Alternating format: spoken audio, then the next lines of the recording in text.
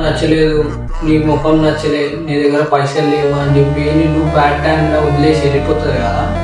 దాన్ని ఏంటంటే పోనీ వాళ్ళ ఎందుకనంటే అది నీ గురించి ఆలోచించినప్పుడు నువ్వు ఎందుకు దాని గురించి ఆలోచించి నీ టైంని నీ మైండ్ని వేస్ట్ చేసుకోవాలి.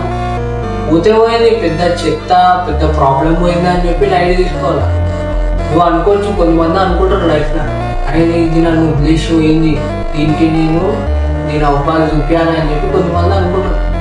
అట్లా అనుకున్నప్పుడు నువ్వు ఏంటంటే అన్ని పక్కన పెట్టేసి కొన్ని సాక్రిఫైస్ చేసి ఒక 9-10 ఇయర్స్ నువ్వు కష్టపడితే అప్పుడు ఏంటంటే నీకు నీ డ్రీమ్ లైఫ్ అనేది నీకు దొరుకుతుంది.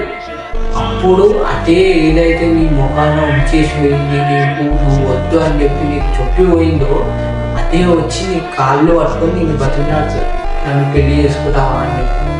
అప్పుడు నువ్వు నీ రేంజ్ ఏందో దానికి రూపాయాలా, దాని అవకాశం ఏందో రూపాయాలు, అట్లా నువ్వు బతకాలా.